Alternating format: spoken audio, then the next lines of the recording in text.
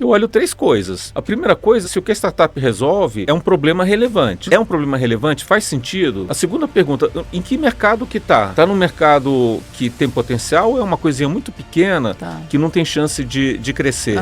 Quem tá fazendo isso? Quem é o founder? Qual é a equipe que tá por detrás? Qual é o diferencial que eles têm com relação ao mercado? Então, se você tem uma dor real, um mercado sólido, uma boa barreira de diferenciação, vale a pena, teoricamente vale a pena a chance de sucesso é maior.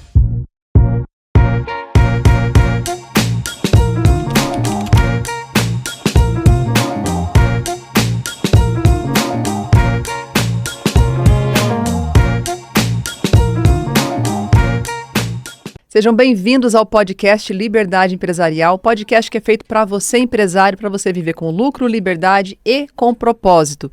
Eu sou Carolina Santos, sou sua mentora nessa jornada e se você ainda não se inscreveu nesse canal, aproveita agora, já se inscreve e também compartilha esse vídeo, esse podcast com todos os seus amigos, seus grupos de WhatsApp, porque com certeza tem muito ouro para você aqui hoje, e especialmente porque o nosso convidado é uma pessoa muito experiente, muito conhecedora desse meio empresarial e vai te ensinar muito. Ele é um dos maiores investidores anjos do Brasil, com mais de 600 startups investidas, é fundador do Masterboard Club, sócio da Mentor League Society, da MLS, host do podcast Carreira e Negócios e é mentor global, autor de vários livros que formaram gerações de executivos e alguém que literalmente sobreviveu a um naufrágio em alto mar. Ou seja, além de muita história para contar, ele também é o exemplo vivo de resiliência, de tomada de decisão e de viver no limite, né, Jorge? Seja bem-vindo, Jorge Azevedo. Obrigado. Quando falta assunto, aí você puxa do naufrágio. O naufrágio, né? Por que eu falo naufrágio? Mas uma honra ter você aqui, Jorge, com certeza vai ser um papo assim para agregar muito. E obrigado pela tua participação. Obrigado pelo convite. Vamos lá. Não vou começar pelo naufrágio, tá? Não vou. Esse assunto eu vou deixar um pouco para depois, até para gerar curiosidade para quem está em casa, né? Como assim naufragou? Ele é o Wilson, viu, Wilson? Como é que foi isso, né? Mas, Jorge, eu começo aqui o podcast sempre com uma pergunta-chave. O que é liberdade para você? Liberdade para mim é paz. E aí, para você ter paz, você tem todos os desdobramentos, né? Desde o espiritual, financeiro, e assim vai, né? Mas acho que é paz, né? Paz. Resumir tudo, paz. Paz. Bacana, muito bom. E é bacana quando eu sempre pergunto, né? O que é liberdade para as pessoas e são perspectivas diferentes. A paz é o primeiro que me trouxe. Achei muito legal. É porque para você ter paz, você tem que estar bem resolvido emocionalmente, tem que estar bem resolvido. Você tem que resolver a pirâmide de Maslow completa. Boa. Senão você não consegue, né? Inclusive financeiramente, emocionalmente com as pessoas, né? A pessoa fala que o dinheiro não traz felicidade, mas ajuda. Ajuda. Né? Então, assim, tem que resolver todas as dimensões. Não dá para ser feliz devendo um monte, né? É umas coisas assim que não fecha, né? Vamos lá, Jorge. Vamos falar um pouquinho de startup? Podemos? Vamos. Tua área de domínio? Uhum. Vamos lá. 600 investidas. Como que começou esse movimento de investir, Jorge, em startups? Ele começou... Eu era executivo de uma grande multinacional, vice-presidente. Um dia me chamaram na salinha e falaram que eu estava demitido. Aquele passa lá no RH? Passa lá, tem uma reunião segunda-feira de manhã aqui, vai lá para conversar. E aí, para mim, o mundo caiu, assim, eu não esperava, eu nunca tinha sido demitido na minha vida, foi um choque, e foi demitido porque veio uma coisa de cima para baixo, global, tinha que cortar a área, minha área tinha 300 pessoas, ia baixar para 50, não ia precisar mais da minha posição. Né? E para mim foi um choque, assim, eu entrei nas fases do luto, então você nega, aí você vai seguindo as fases do luto, e o que foi... E aí teve um detalhe. Eles me entregaram uma lista, uma página assim, de nomes de empresa que eu não poderia trabalhar nos próximos 6 meses. Uau. Que eu tinha assinado não compete e tal, eu não podia ir. E eram as empresas de consultoria que eu poderia conseguir um emprego, me recolocar. Mas então eu fiquei numa situação completamente sem saber o que fazer. E aí eu tinha um amigo meu que queria montar uma fintech. Eu falei, vamos fazer junto? E eu aproveitei 6 meses, a gente montou startup, foi acelerado no Google, assim, deslanchou o negócio Mas você entrou com ele a princípio como sócio. Como sócio, entrei Legal. como sócio. E aí esse mundo das startups abriu, assim, ele abriu Legal. totalmente. Aí quando passou esse período que eu estava de não compete, eu recebi convite para ir para uma outra consultoria e eu acabei aceitando e virei investidor da startup que eu tinha fundado. Aham. Então eu banquei ela um tempão até ela conseguir passar pela questão assim, do break-even. E aí eu comecei a investir em startups menores, foi. E aí, com o tempo, eu comecei a investir em pools, eu entrei em grupo anjo, ajudei a montar negócio e virei sócio, e aí foi crescendo. E eu não sei mais nem quantas que eu já investi, que eu parei de contar, não sei se. Parou no 600 e deixou rolar. Agora vamos abrir alguns parênteses aqui para quem está assistindo, talvez não entenda essa linguagem, né? Que para startupeiro é tudo muito fluido e natural, né? Vamos entender primeiro o que caracteriza uma startup, né? O que é a diferença de uma empresa tradicional da uma empresa startup? Tá, esse é um ponto, você não tem uma resposta igual, que você vai perguntar, várias pessoas vão ter uma visão, mas para mim são 3 elementos. E os 3 se falam basicamente. Então, o primeiro elemento é uma empresa jovem, Tá. é uma empresa com menos de 10 anos. Tá. O segundo elemento é uma empresa que tem uma tecnologia disruptiva, é uma empresa que tem alguma coisa diferente em termos tecnológicos e inovação. E disrupção seria o que na prática? Pode ser produtividade, pode ser um produto que não existe, Tá. pode ser um modelo de negócio campeão, mas ela tem alguma barreira muito forte para garantir essa sobrevivência da startup. E o terceiro é uma empresa que escala. Tá. E o que significa escala? É que se eu tenho uma padaria e eu quero crescer, eu tenho que talvez comprar mais um forno, eu vou aumentar a produção, eu tenho que comprar mais trigo e assim vai. Então eu cresço de tamanho, mas eu tenho que crescer nos insumos Todo o crescimento na do tradicional demanda crescimento de estrutura e pessoal. Na Isso. startup, não. Exatamente. Ela tem um descolamento mais rápido. Exatamente. Então, esse modelo primeiro que eu dei é um modelo escalonável. Então, você vai crescendo, vai crescendo. Uma empresa que escala, você bota muito pouco de custo e ela consegue vender e transacionar muito mais. Legal. Então, imagina só que dobra o número de motoristas de Uber e aumenta, duplica, triplica o número de viagens. Talvez a Uber tenha que botar um pouquinho mais de processamento lá nos computadores, mas é um aumento pequenininho. É desproporcional ao crescimento, né? E aí vai voltar para o ponto inicial. Por que as 3 características se falam? Tá. Porque se o modelo ele tem escala, a empresa ela vai deixar de ser startup em alguns anos. Tá. Porque ela vai atingir um determinado tamanho. Né? E para poder crescer e para poder ter escala, ela tem que ter uma tecnologia que traga muita produtividade, senão ela não consegue fazer esse modelo. Então as coisas todas se falam. Disruptividade, ser disruptivo. Uma tecnologia, né, que é diferenciada. E seja nova, jovem. E seja nova, exatamente. Legal.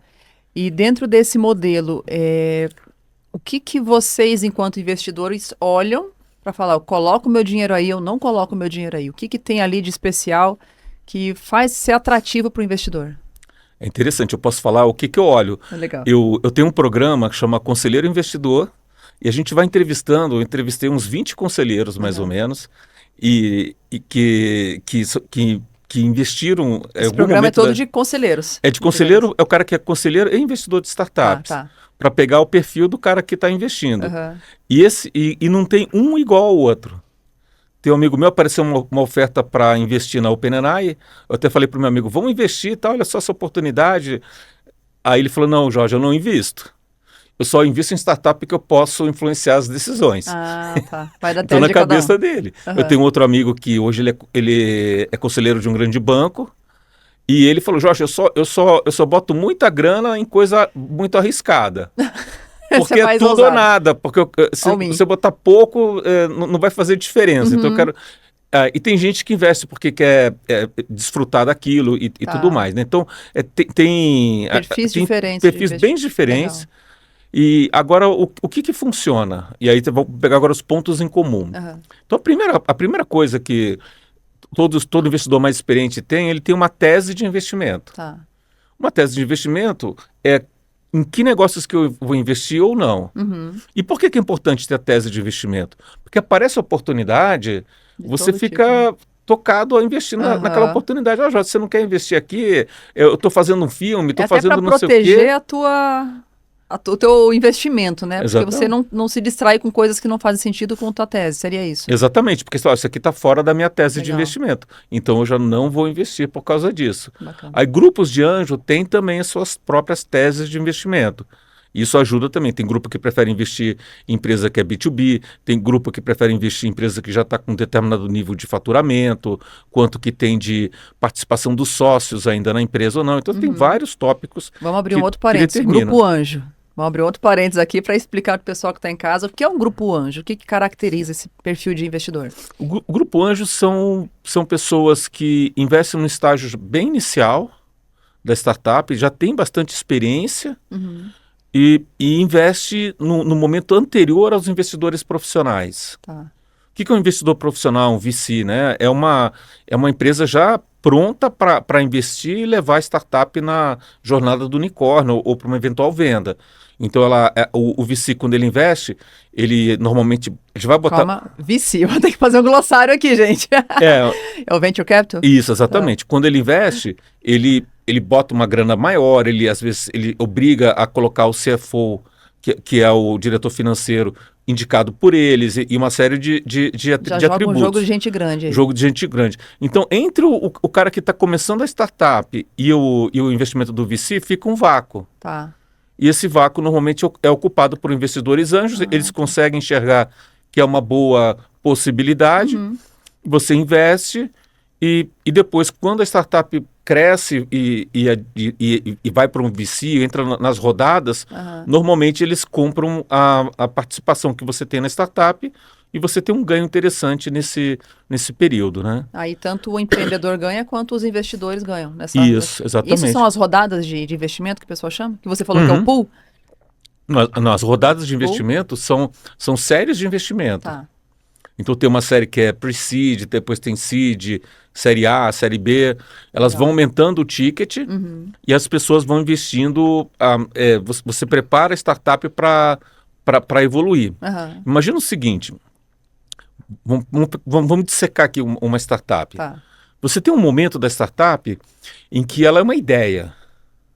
Então o cara tem uma ideia, quer fazer aquilo, então está numa fase muito distante da realidade. Pouca gente investe, talvez os familiares, os amigos vão fazer esse investimento.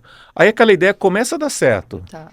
Você começa a vender, então, poxa, tem mercado, o produto as pessoas estão gostando. Está na validação do projeto. Exatamente, você está na fase de validação. Nessa fase de validação, costumam entrar os investidores anjo. Por quê? Porque ele se consegue ajustar a última etapa da validação, que é a validação do canal, a startup passa a valer muito mais. E aí, então tem esse processo. Quando ela está em vias de validar o canal, é mais ou menos o que a gente chama aqui, olha, atingir o Product Market Fit.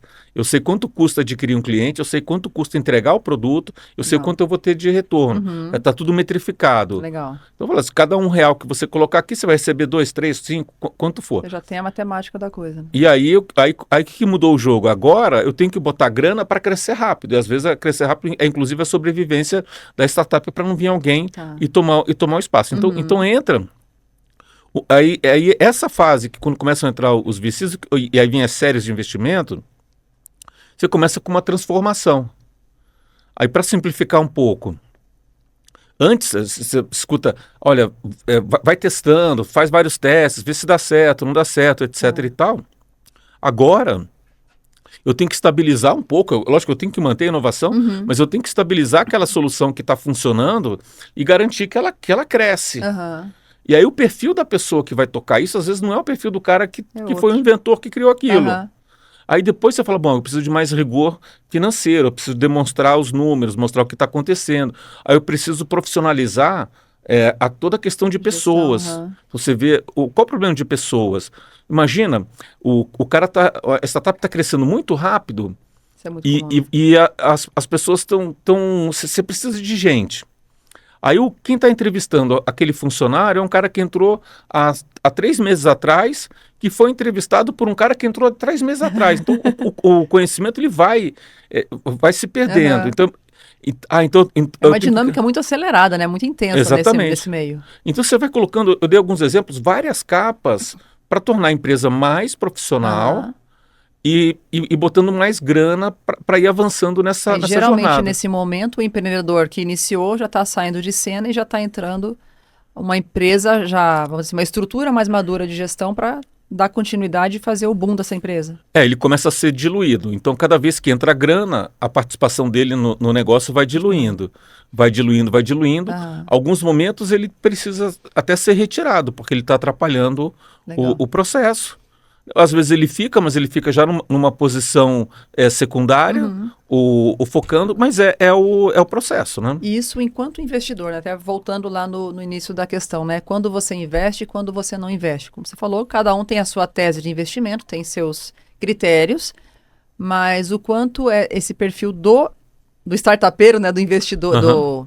do empreendedor, é algo que te faz decidir por ele ou o produto é mais importante que o empreendedor? Ou qual que é a Não, o combinação que empreendedor você... é mais importante, Mesmo né? quando ele vai sair Pessoal, no meio do caminho. o pessoal brinca que entre o jockey e o cavalo, você tem que apostar no jockey, não no cavalo. Boa. Né? E aí, então, a primeira coisa que você tem que olhar é se realmente tem fit, se essa pessoa vai... Porque aquela ideia que é apresentada, ela vai mudar uma dezena de vezes ao longo Aham, do tempo. Ó, muda aqui, vai mudando até acertar. legal. E aí você precisa de pessoas que escutem, que entendam o que está acontecendo, que tenham flexibilidade. Uhum, Então, esse papel é fundamental. Então, aí só voltando para o teu ponto, o que eu olho? Eu olho 3 coisas. A primeira coisa, se o que a startup resolve é um problema relevante. uhum, Então, é um problema relevante? Faz sentido? A segunda pergunta, em que mercado que está? uhum, Está num mercado que tem potencial ou é uma coisinha muito pequena tá. que não tem chance de crescer? Aham, Tá. E quem tá fazendo isso? Que a pergunta, quem é o founder? Qual é a equipe que está por detrás? Qual é o diferencial que eles têm com relação ao mercado? tá. Então, se você tem uma dor real, um mercado sólido, uma boa barreira de diferenciação, vale a pena, Chance de- teoricamente, vale a pena A chance de sucesso é investir, né? maior. Isso. Agora, nem todas que nascem prosperam, né? Tem muitas Uhum. quebras nesse meio de caminho. Você tem uma estatística disso? Quantas que, né, em quanto tempo realmente continua, para, quebra ou realmente cresce e avança? Acho que depende um pouco da base com que é medido. Uhum, Então, se a gente pega a startup numa fase muito inicial, poucas sobrevivem. tá. Então, eu vou falar assim, eu fui acelerado, era um grupo que foi acelerado, tinham acho, umas 15 startups, e das 15 startups, eu acho que hoje tem 2 que estão bem, estão crescendo e Aham, tal. As outras foram todas ficando pelo caminho. Então, assim, da fase da ideia para frente, eu diria assim que é menos de 1%. nossa. Né? Desculpa, é menos de 10%, né? Aham, De 15, tinha 2 na fase inicial, na fase inicial, que é a de mas que validação. passaram por um modelo de aceleração, então Tá. teve um crivo e tal. Então, apesar de tudo isso, Uhum, poucas avançaram. Então você vai encontrar estatística desse tipo. Agora, quando a startup está pronta para receber o investimento, essa taxa ela tende a ser melhor. tá. Então, eu vou pegar o meu portfólio, como eu investi muita coisa pela Bossa Invest, as estatísticas acabam sendo drivadas pela performance da Bossa Invest. Que É, daí você entra como a participação do grupo todo que investe. por exemplo, Tem uma cota eu lá. tenho um pool, né? Um pool que eu sou o gestor. Aham. Então, a gente captou a grana, te montou um conselho que escolhe quais startups que a gente vai investir. Uhum. Os caras fazem o pitch para a gente decide se Que vai legal. investir ou não. Vai Tipo o Shark Tank, assim? Que Exatamente. legal. Vai colocando as startups para dentro e aí até fechar o pool. Esse é um pool que eu toco, Uhum. mas eu também investi em pool que outras pessoas tocam. Então é uma forma de diversificar Aham. os investimentos sem ficar tudo concentrado num pool Que só. legal. E a garantia é zero, né? É, a Pode dar garantia, tudo certo, pode dar a tudo garantia é errado. zero, mas assim, o nível assim de startups que quebram está por volta de 10%, abaixo de 10%. Que legal. Você está Então, melhorando o bastante. percentual. Então. Como anjo, eu diria que também, se eu pegasse que eu investi como anjo, talvez mais ou menos uns 20% não existem mais. Uhum. Né? Aí o que vai acontecer? Vai ter boa parte das startups, elas sobrevivem, mas elas não crescem. Tá.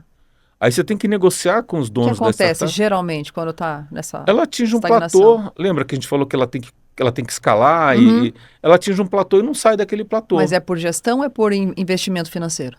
É por gestão, é por talvez modelo de negócio, Tá, falta de força comercial, tá.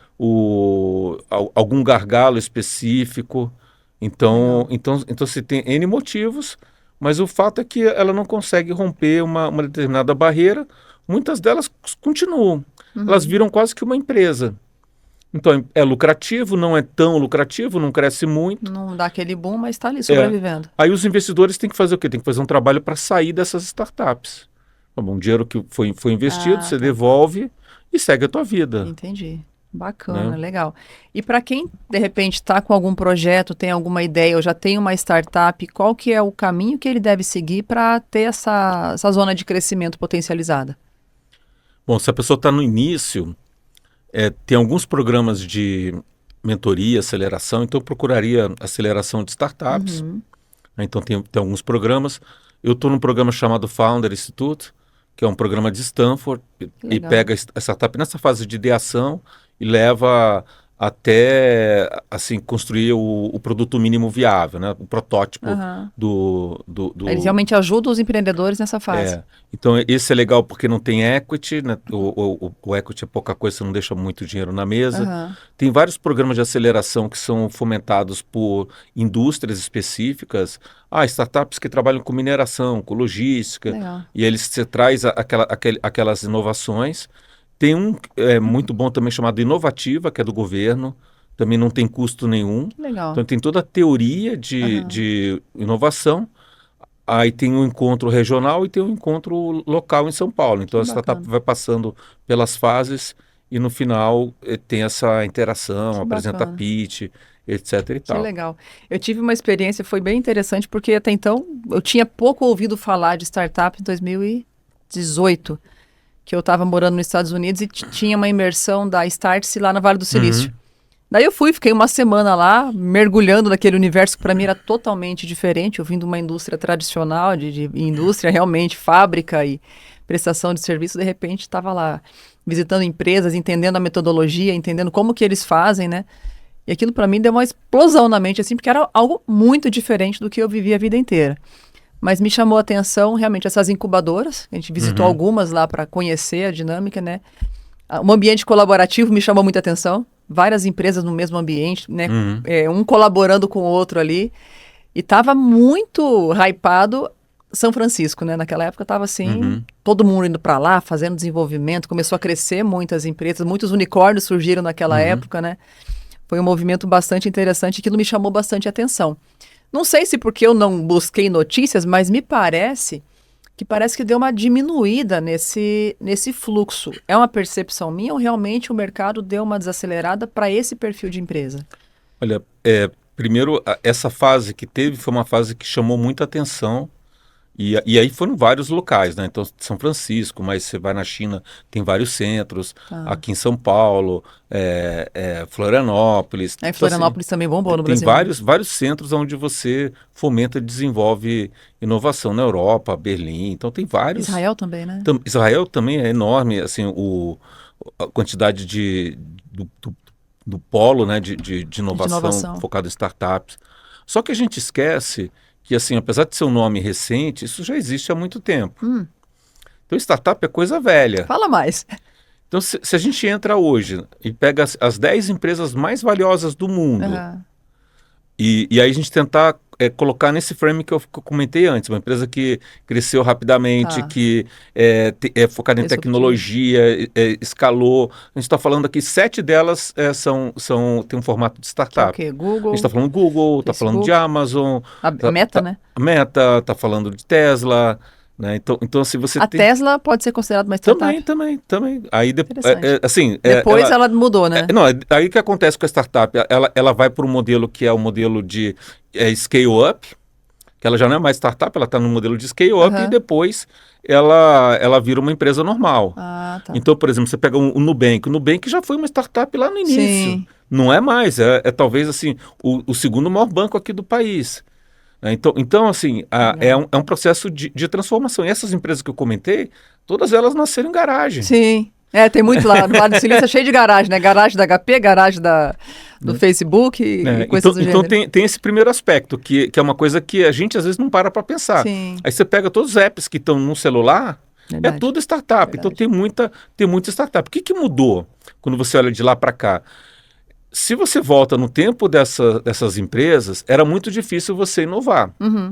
A Califórnia você tinha um ambiente mais propício, né, lá no Vale do Silício e tudo mais, Sim. mas era complicado, porque para inovar você tem que ter um espaço, a própria garagem, você tem que comprar máquina, você tem que montar equipe, você tem que pegar dinheiro Tá. de investidor, etc. e tal.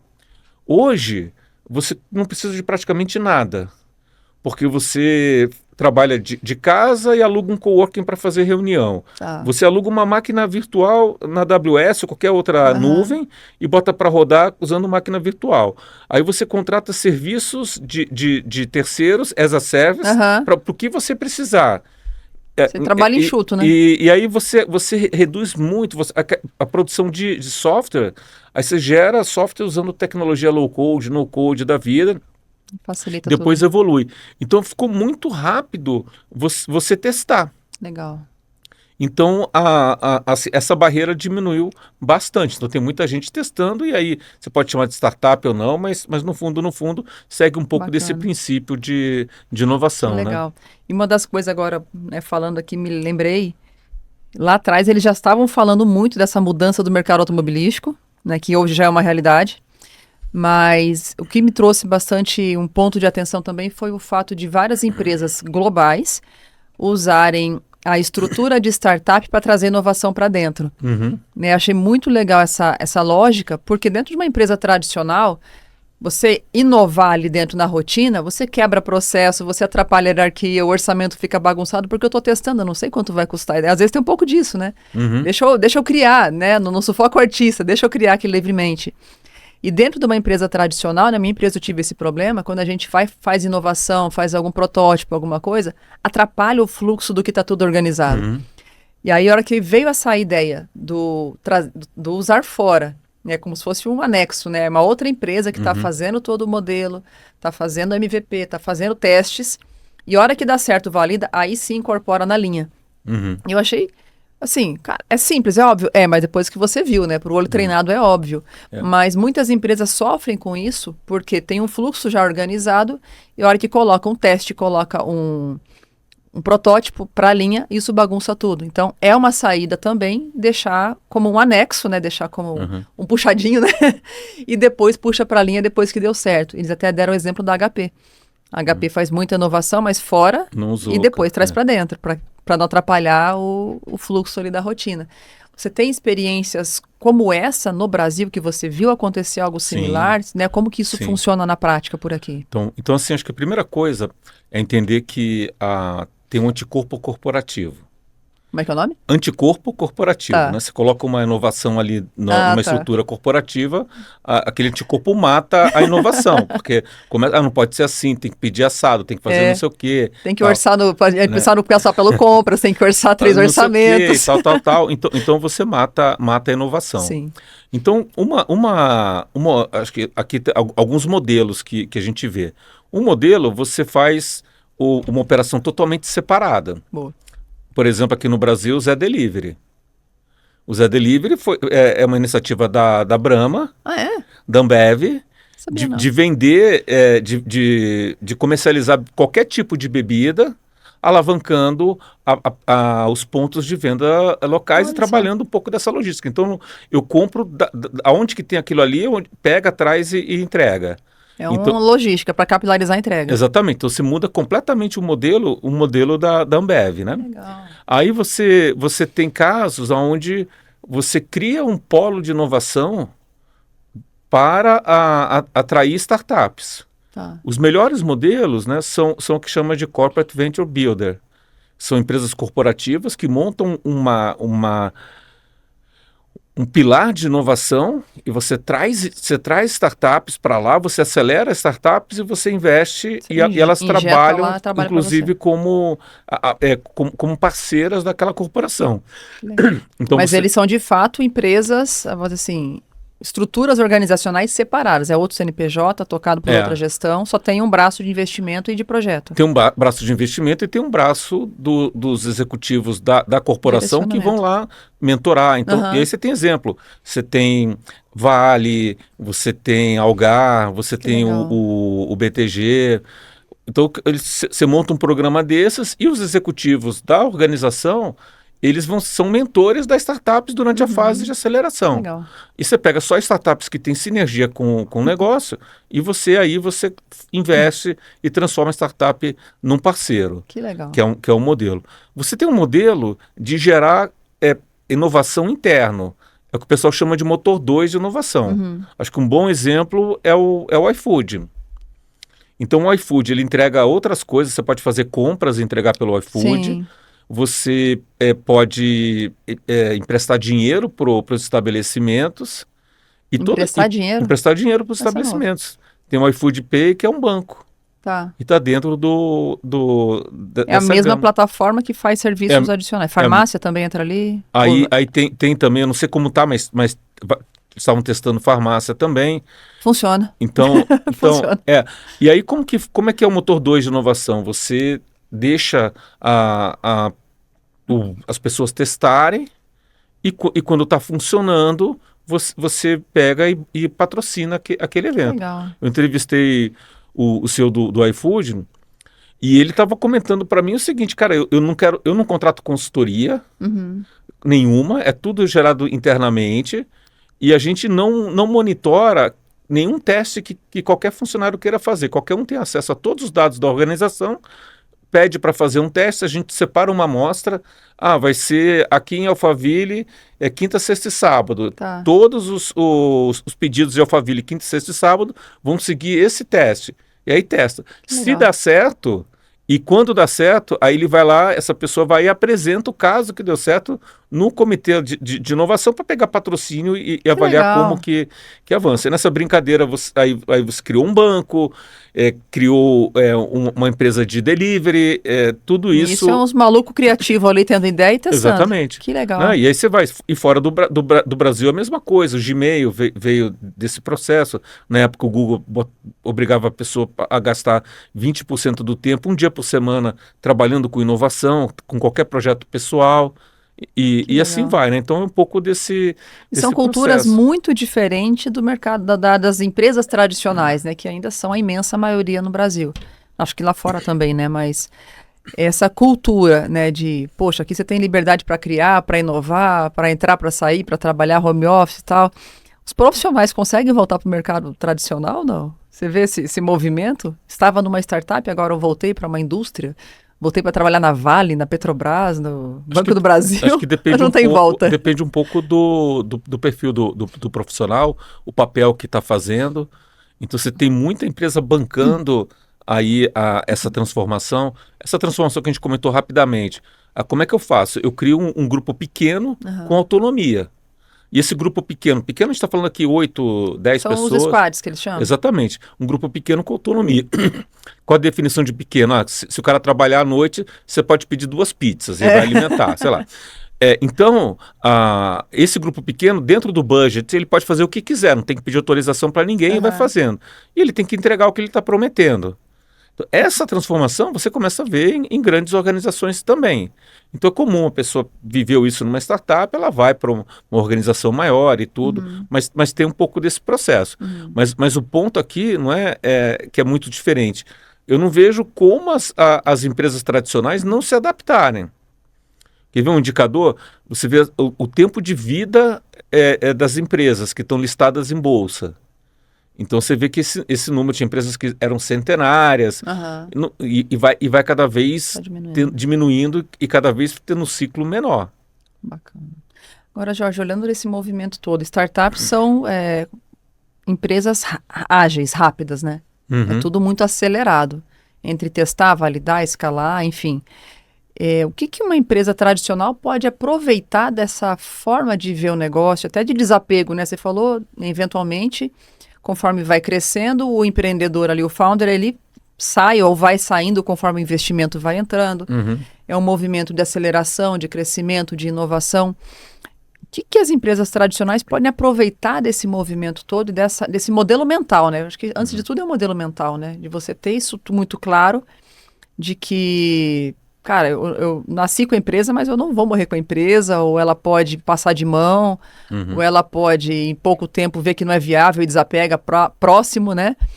E tem muitas empresas tradicionais que passam lá 5, 10, 15, 20 anos trabalhando no vermelho e não cresce, não avança, o dono não passa a vez e a coisa não evolui, enfim, é como se fosse um navio e outra uma lancha, né? Uhum. É Exato. lento e outra é ágil e rápido. O que que as tradicionais podem aproveitar ou aprender com isso? Olha, se fosse montar um projeto de transformação para uma empresa tradicional, então eu vou falar na ordem, talvez não seja a ordem sequencial de implementação, Aham, mas um ponto relevante é ter muito clara a jornada do cliente. Então você vai numa empresa, o cara está preocupado com o produto que ele é responsável. Você vai num banco, eu ofereço esse produto, esquece o outro, esse serviço, as coisas não se falam. Então a primeira coisa, você tem que esquecer tudo isso e construir a jornada. tá. E a jornada passa, inclusive, com você ter um ecossistema de parceiros que entreguem coisas que geram muito valor para aquele cliente, além do que você entrega nos seus produtos normais. Então, Vamos lá, explica mais, vamos lá. Vamos explorar isso que tá ficar interessante. então, por exemplo, você pegar um exemplo, acreditar que estava trabalhando com crédito automotivo. Uhum. Então, o que que eles faziam? O cara vai comprar vai trocar de carro. Qual é a dor de cabeça do cara que vai trocar de carro? Eu preciso de uma carta de crédito. Tá, Se eu não tiver carta de crédito, eu não consigo fechar a compra. aquela compra. Depois, quando você vai trocar de carro, você tem que pegar papelada no Detran, você tem que fazer uma inspeção, é, é, e Toda fazer a essa burocracia avaliação. ali, né? Aí você pega e bota uma equipe que vai ajudar nessa parte também. Então o Tá, cara ganha a carta, consegue fazer a operação, depois você ajuda ele a vender o carro que ele tinha, e na hora que ele vende, você já liquida parte do empréstimo. uhum. Então você tá montando uma experiência do que o cara precisa e não está Facilitar a vida oferecendo um dele. produto específico de crédito. Tá, Né? Então, é formatura. Tá bom, se é formatura, eu não vou contratar simplesmente um espaço para fazer a festa de formatura. Eu preciso trazer toda a você jornada, quer a como é que vai solução funcionar, completa, o que antes, que durante eles e querem, depois. como vai funcionar, quais são os parentes distantes, como é que você faz, Tá, e você transmite, não transmite, faz. Então você, entendi. você monta toda essa jornada. Essa jornada passa por você entregar os seus produtos ou plugar parceiros que consigam entregar esses produtos. Tá. Uma boa jornada é uma jornada personalizada. Para você fazer uma jornada personalizada, tem que conhecer a pessoa. Uhum. E conhecer a pessoa é muito caro. Tá. Então você precisa de dados e de estatística para personalizar Boa. esse conhecimento. Tá. Então, como que ela se comporta, qual é o perfil, pessoas que fizeram isso. Então, você vai no Netflix, quem assistiu esse filme gostou desse também e tal. Uhum. Então, você começa a adequar, e isso é feito com muito dado e É muita treinar o informação. algoritmo para servir o cliente, né? Aí você não faz um grande lançamento de uma transição enorme tecnológica. Quando você pega um aplicativo do smartphone, você tem dezenas de atualizações no mesmo dia. Tá. É como conserta isso, muda isso, muda isso. Então, são várias mudanças pequenas. Para você conseguir fazer isso, esses microserviços, você precisa de uma estrutura computacional diferente da estrutura tradicional que existia no passado. Bom, para fazer isso, aí a gente vai voltar lá para os squads, para a equipe de tecnologia. Então, eu Uhum. tenho que montar pessoas com essa cultura também, tem que formar essas pessoas. Depois eu tenho que alinhar toda a discussão aqui de incentivos. Tá. Porque se o teu bônus tá atrelado a uma coisa de curtíssimo prazo, você não vai se preocupar tanto com o de prazo Sure. mais longo. Então, como é que você Às vezes compromete até o ajusta? LTV, né? ajusta esse processo. Uma startup, ela pensa muito mais no equity, quanto ela vai valer lá na frente, do quanto ela vai gerar de grana. Boa. Então você vê que a Amazon foi icônica nisso. Ela rodou mais de 10 anos Prejuízo, né? não pagando Dividendos. dividendo para os acionistas. Aí teve um ano que eles erraram na conta, tiveram que pagar dividendo, Jeff Bezos escreveu uma Desculpa, carta né? pedindo desculpa. Eu lembro, isso foi, né? Foi Né? clássico essa. E aí com. Então você vai empilhando uma série e a gente você falou rapidinho do conceito dos speedboats. Então, motor 2 de inovação. Aham. Então eu tenho que criar um ambiente onde eu possa testar sem trazer risco. A gente falou aqui do iFood. Eu quero fazer um teste. Tá bom, vai ser aqui em Alphaville durante 2 ou 3 dias. Se der tudo errado, Não perdeu muita coisa. o dano é pequeno. E aí você pode controlar, etc. E tal. Pois eu preciso de um ambiente, eu preciso da cultura, eu preciso dos incentivos, eu preciso de um ambiente que permita isso. Cultura, Então, incentivo, ambiente. né? Então tudo isso, assim, não tem como uma empresa sobreviver se não trabalhar esses aspectos. Então, para uma empresa tradicional, se ela olhar para cultura, para ambiente, qual que é outro que você falou? Cultura, investimento? Aí a gente falou aqui de habilidade analítica, acesso a Bom, dados, a gente falou dados. aqui de a formação das pessoas, alinhamento de incentivo, ter uma estrutura que fomente a própria inovação. Boa. Então, olhando para esses aspectos, eles conseguem incorporar um pouquinho desse perfume, dessa essência da startup e trazer para a empresa tradicional para acelerar um pouco os resultados e os movimentos. Isso é interessante que você falou do Nubank, porque quem usa um banco tradicional e teve experiência com o Nubank, é nítida a diferença, né? Esses dias precisei no banco da empresa, é um banco estatal.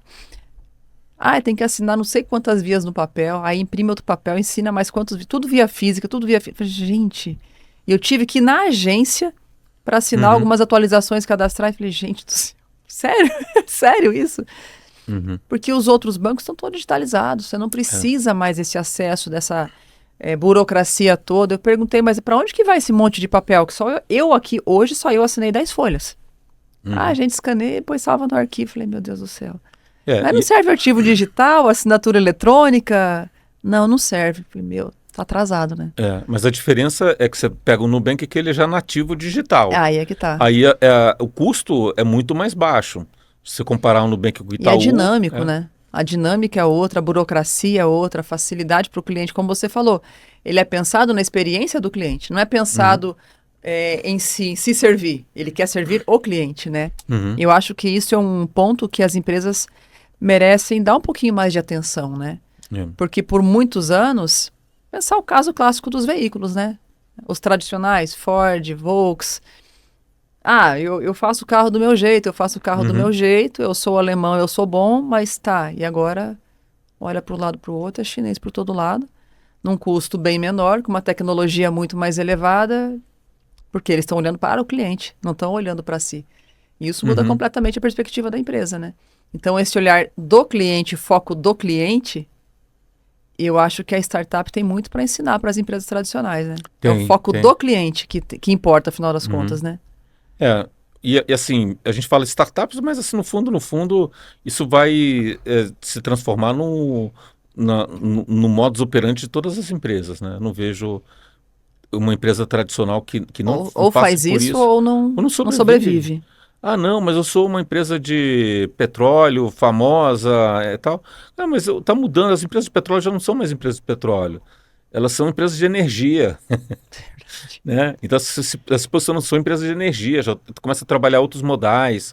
Então esse é o processo, né? Então... E, Jorge, como que você vê o Brasil no cenário das startups mediante o cenário global? Estamos atrás, na frente, estamos trabalhando pau a pau? Como é que está a nossa situação? Olha, eu acho que não está muito atrás, não está muito atrás, mas acho que tem alguns pontos aqui. Então, primeiro, a gente falou de China, falou de Israel, o próprio Vale do Silício. Tem regiões onde você tem um apoio muito forte à inovação. E quem apoia, é privado ou governo? Ambos. Tá. Governo, privado, militar, você tem um apoio muito forte à inovação. Então, no Brasil tem um pouco de apoio, mas não é no mesmo nível, no mesmo patamar. Uhum. No Brasil, algumas coisas são mais difíceis. Isso não é ruim para startup, porque quando você tem um problema, você traz uma solução, isso pode ser uma oportunidade. Aham. Mas a startup acaba não sobrevivendo tanto, né? Outro aspecto, um pouco da mentalidade. Tá. Então aqui, quando quebra, tem uma mentalidade que fracassou. Enquanto que, se você vai escolher um founder de startup para um negócio, você vai no Vale do Silício, eles vão dar preferência ao cara que quebrou. Porque Sério? ele pelo menos teve a experiência, né, de ter quebrado, aprender o que não funcionou, Tá etc. mais e tal, resiliente esse. né? Então ele vai estar com mais bagagem, Uhum. né? Aí, então acho que então a gente falou aqui, Então tem essa diferença. Aqui é fracassado, lá é um cara que tem um pouco está mais calejado, desse perfil. mais experiente. Aí a formação média, aí falando Europa, na própria Ásia, a formação média ela é uma formação mais sólida Uhum. comparado no Brasil. O Brasil tem pessoas muito boas, mas a gente não dá tanta oportunidade para formar os talentos, Aham.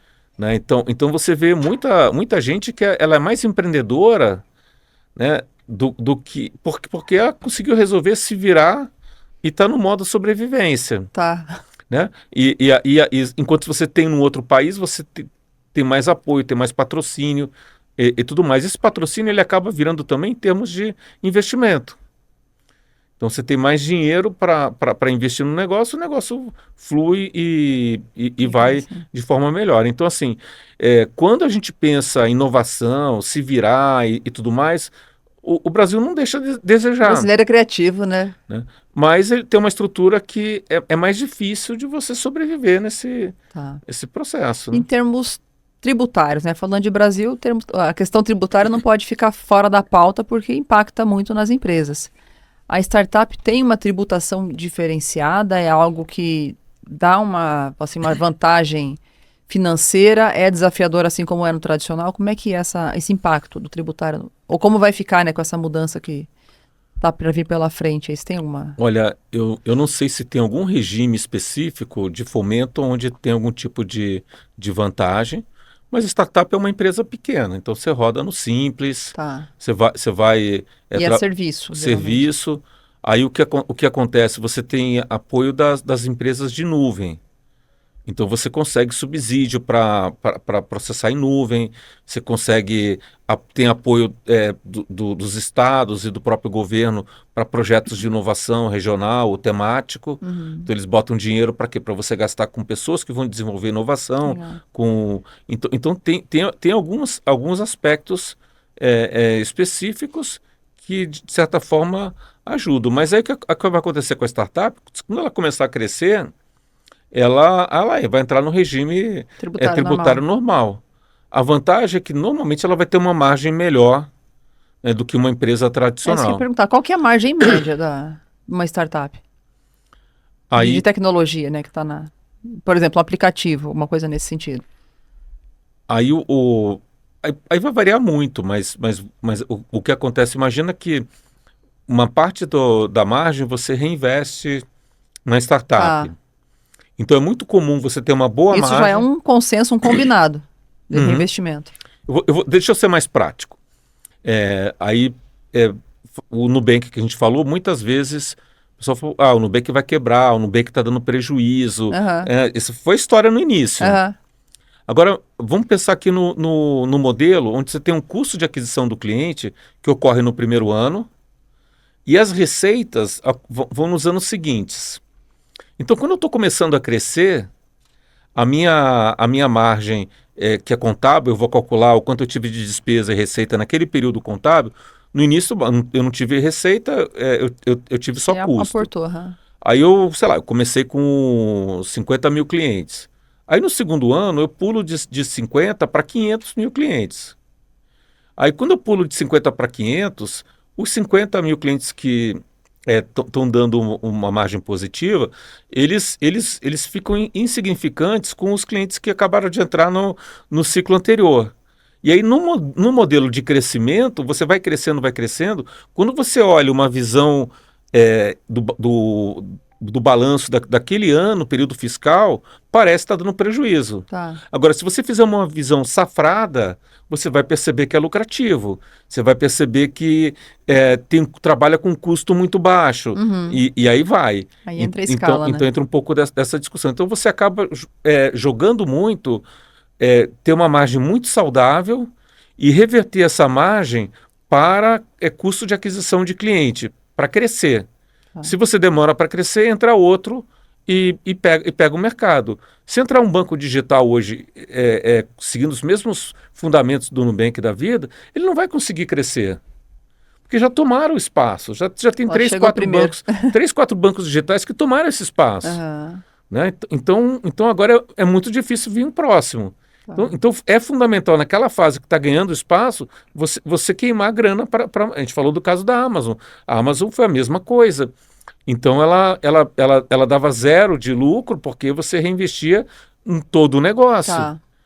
E começa com livro, vai ampliando, vai ampliando, Uhum. vai ampliando, e no final você tem um negócio que é tudo, né? Ela faz tudo, desde serviço de Faxineira até. faxineira, mas produtos, você né? tem nuvem, toda a parte de farma, e Verdade. assim vai, né? Que legal. Nossa, gente. É coisa, hein, gente? Tem coisa pra caramba nesse universo. Eu ia fazer uma pergunta, mas acho que a pergunta já tá com a própria resposta, né? Toda startup é tecnologia.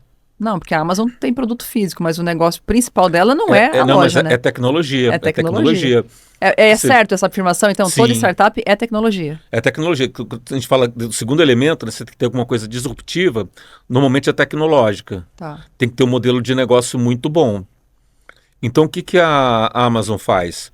Ela tem muito poucos produtos dela. A maioria dos produtos são produtos de parceiros. Uhum. Então, ela faz a logística e a entrega dos produtos de terceiros.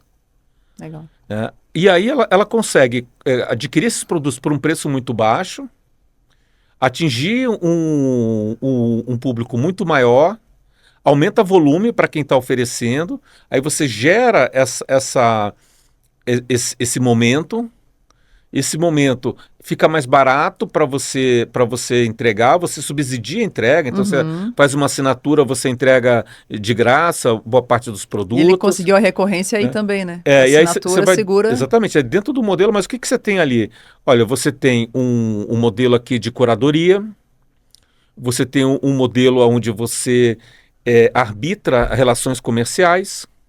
Né? Então, se eu vendo para você e não está legal, e não tem um terceiro para arbitrar, o dinheiro pode ter algum problema.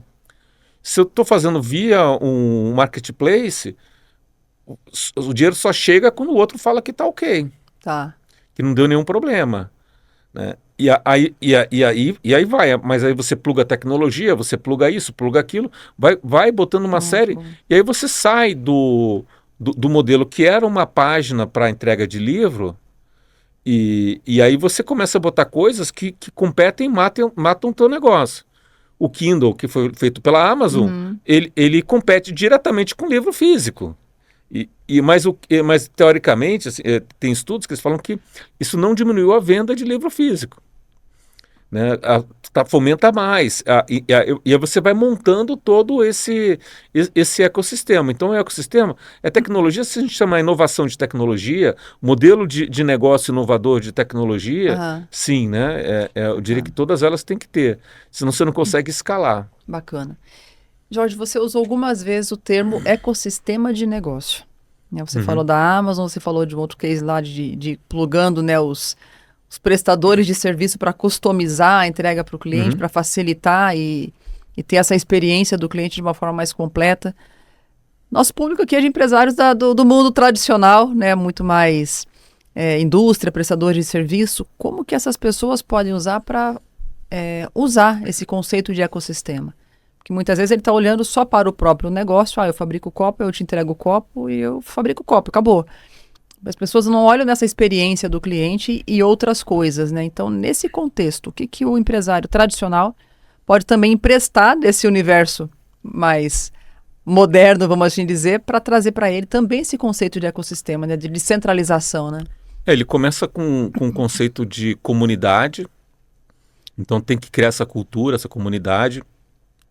Você tem que ter uma relação que você é, concentra o peso, né, dessa relação para Uhum. você ter essa relevância. E aí você começa a alavancar os teus parceiros podem fazer, fornecedores, clientes, para gerar mais valor para toda a comunidade. É um servir o Um outro. servir o outro. Então vamos pegar aqui, mudar de exemplo. Pega a Apple.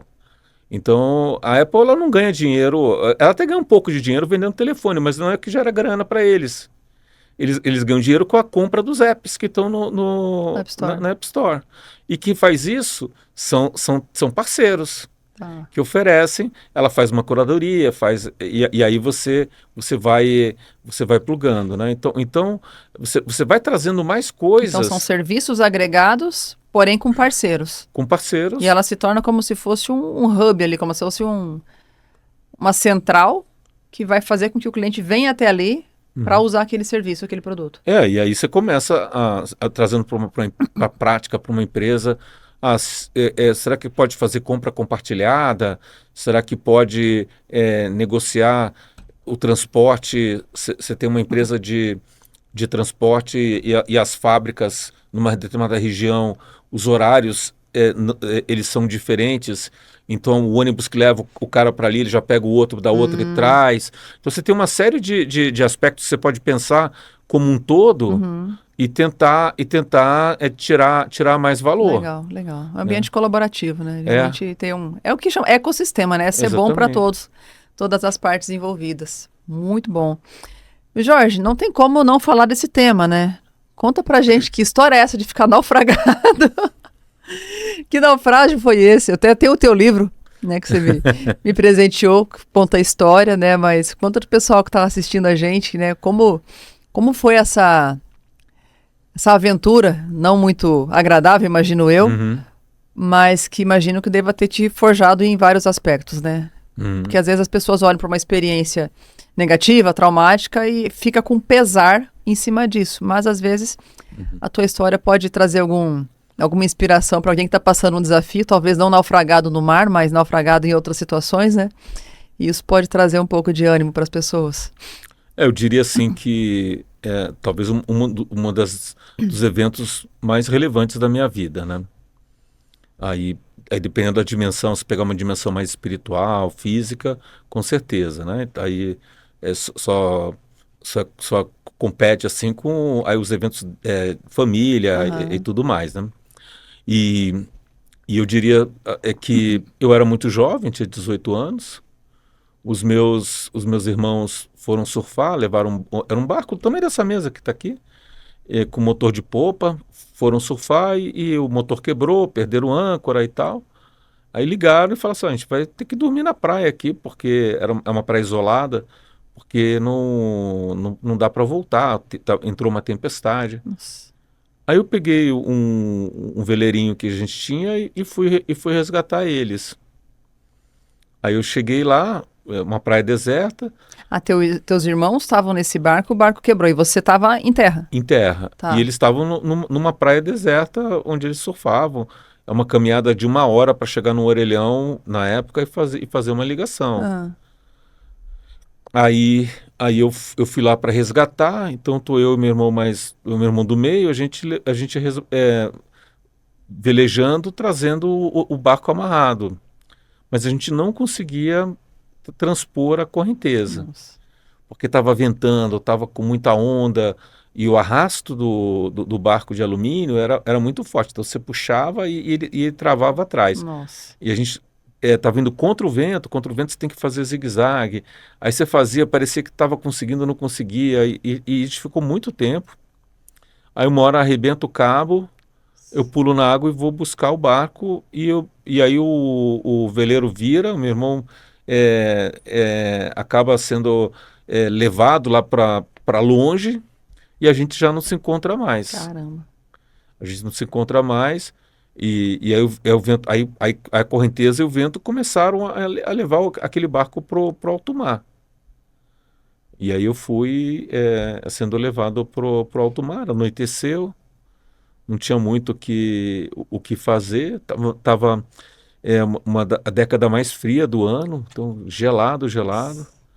E aí você entra num processo de degradação física mesmo. E vai degradando, vai degradando. É muito frio, né? Você perde a lucidez. Caramba.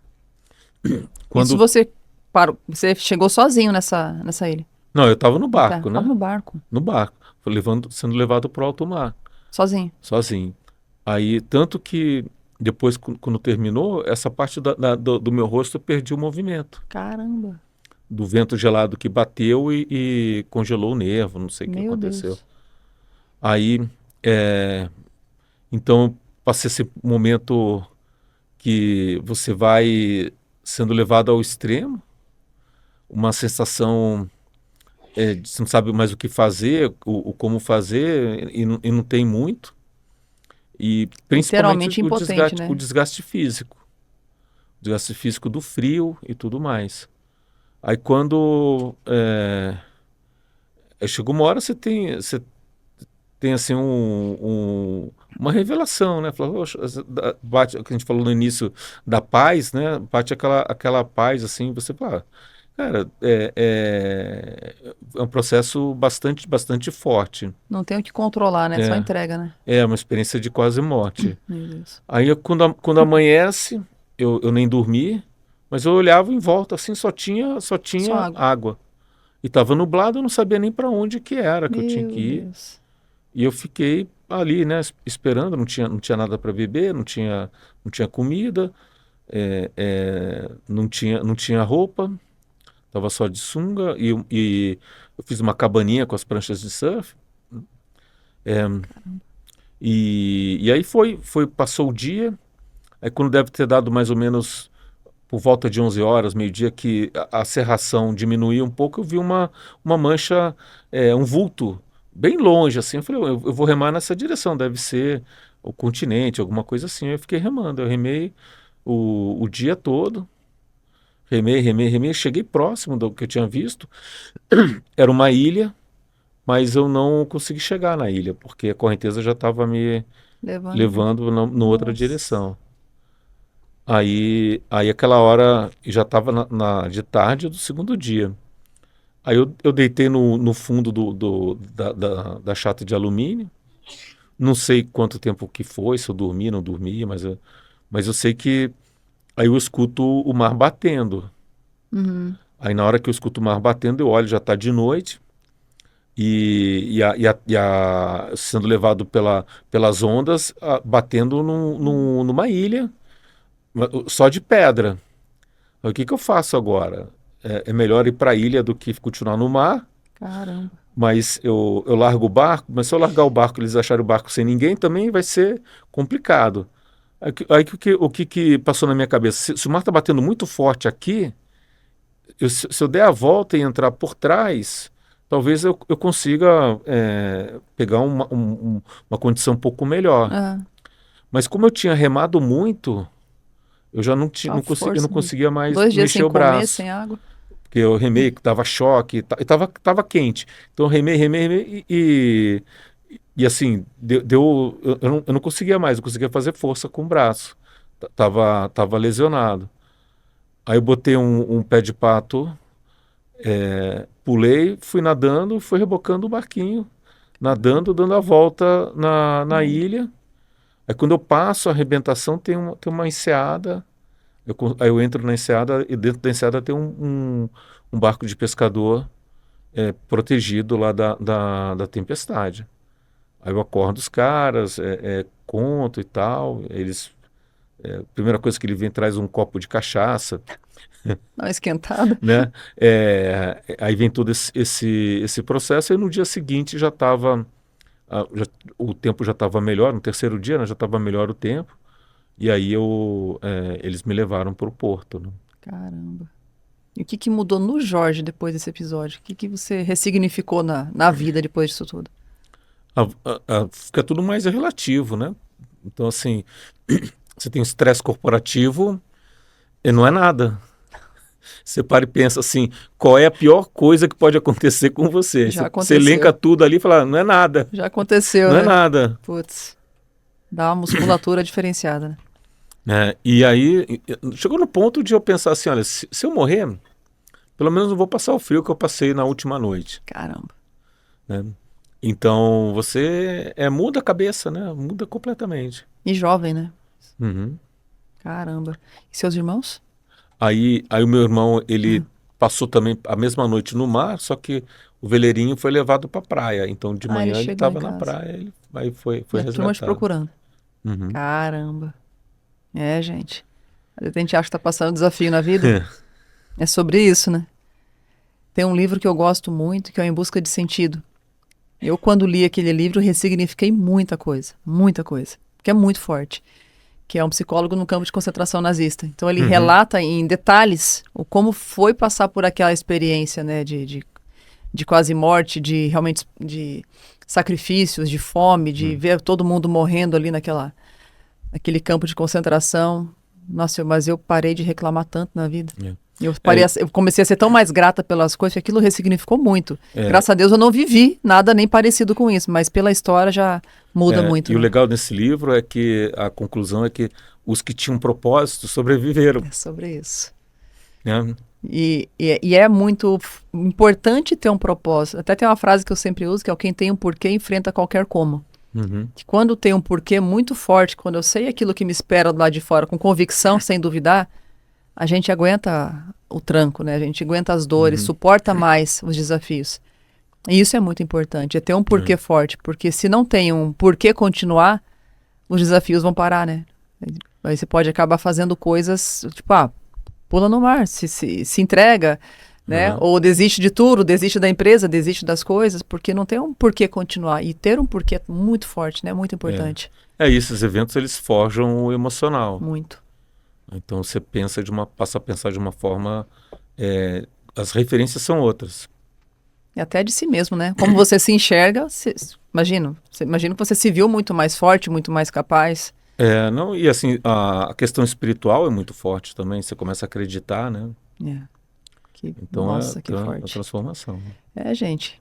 Então, histórias ensinam, histórias moldam a gente. E espero que ninguém precise passar por isso para mudar o comportamento, mudar a conexão espiritual, né? Mas se por acaso acontecer, com certeza algum aprendizado vai tirar, né? Falando em histórias, Jorge, eu quero te presentear com o meu livro, que faz tempo que eu tô te devendo ele. Agora está Ó, entregue oficialmente, o Liberdade liberdade Empresarial. empresarial. Aí eu falo do quem tem o porquê enfrenta qualquer como e muitas outras coisas. Mas é um livro que Ó, conta, assim, um pouquinho da minha história aqui, ó. Muito orgulho, né? Muita honra muito ter bom. esse livro para as suas mãos. Mas ele conta um pouco da jornada, mas eu trago o método com exemplificações da jornada, porque não adianta só entregar o conteúdo, não adianta só entregar a história, né? Então eu fiz Uhum. um mix entre história e conteúdo, o método realmente para a real liberdade empresarial, mas que eu trago várias histórias do que eu vivi para realmente ilustrar para o empresário, né? Porque às vezes a gente acha que é só a gente está passando por aquilo, só a gente que tem dificuldade com os funcionários, com as vendas, com as coisas do dia a dia. E, na verdade, todo mundo tem muitas histórias para contar, assim como você contou a tua. Aham. E um dos livros, né? Quantos livros você já tem? Eu tenho uns 10 livros. Uau. Cara, escritor, Tá muito gente. bonito esse livro, olha Obrigada. só. Fiz no Deixa eu capricho, aproveitar realmente. também, que a gente falou de Olha startups. lá. Eu trouxe aqui como nasce Olha lá. uma Como nasce uma startup. startup. Pega lá. Pega aqui, ó. Aqui a gente é rico, né? A gente é rico de conhecimento. Aí, ajuda o foco, por favor. Vamos ver se dá certo. Como nasce uma startup. Maravilhoso. Obrigada, Jorge. E aqui tem, olha cá, fala de investimento, bacana, quanto vale, equity, né? A visão da startup é equity, né? É trazer valor. Você tem que estimar o valor para decidir se você desiste ou se você acelera. Bacana. Não pode ficar nesse ponto intermediário. Né? Que legal. Parabéns, Jorge. Então, são 10 livros já publicados. Agora eu tenho 2. Vou chegar lá. Obrigada, Jorge. E, Jorge, perdão, muito obrigado por esse papo. Quero que você deixe uma mensagem final para o empresário que está assistindo a gente, para o empresário, independente de ser da startup, né, o startupeiro ou do mercado tradicional. Que mensagem você quer deixar para eles, algo que realmente possa realmente mover eles para um lugar diferente, tanto o startupeiro quanto o tradicional? Tá. Então, falando assim de forma mais ampla, acho que teve uma pergunta que mudou o meu modo de pensar, que é uma pergunta que se você soubesse que você vai viver 50, 100 anos a mais que seus avós, se essa seria uma boa ou uma má notícia. Pergunta aí. Né? Boa pergunta. E aí o que é interessante, tem várias teses, a gente não sabe quando, mas o mundo está indo nessa direção. Sim. Então, se você pegar a década de 40, a expectativa de vida era 40 anos, atualmente está em 76, e essa velocidade aumenta 5 meses e meio por ano da expectativa de vida. Uau. Quando esse número chegar próximo de 11, você atinge o ponto de singularidade, O que é um ponto de singularidade? que a pessoa só vai morrer se tiver um acidente. Caramba, Né? Então que medo. tem um pouco dessa. Mas assim, esquecendo a parte do transhumanismo, né? Pensando mais só na longevidade, Aham.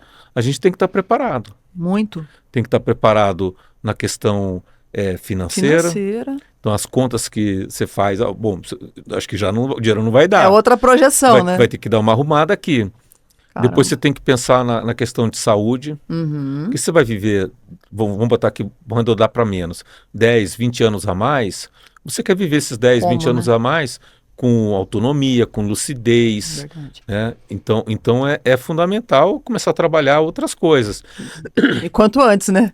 Chega uma hora que a reserva muscular passa a ser mais importante que a reserva financeira, né? E Depois dos 40, gente, colágeno e músculo nunca é demais. E botox. E aí, fazendo o link com as startups, quando você pensa agora na questão do mundo corporativo, é um grande problema. Porque é muito comum executivos a se aposentarem com 50, 60 anos. Aí você pega hoje, o cara com 50, 60 anos, ele está no auge Tá jovem. cognitivo, de experiência, então ele está muito mais sábio. E com aí, energia física ainda. E aí você vai fazer o quê? Se você tira ele vai para o mercado de trabalho, você está perdendo um ativo precioso.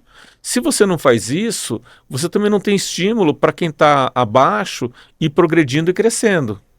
Um desafio. Né? Então, como que você trabalha essa questão? E as startups é bem interessante, porque você pensa que startup é coisa de jovem, mas tem muita gente que está num segundo ciclo profissional trabalhando e montando startups. Que legal. Que é uma forma que a gente falou no início, é mais fácil de você criar um produto, testar esse produto, e aí, se for o caso, ela pode suprir a questão financeira, às vezes sim, às vezes não, mas com certeza ela supre a questão do propósito. Verdade. Eu comentei quando eu fui demitido que eu entrei numa depressão, trabalhar na startup, da minha startup, foi uma forma de sair.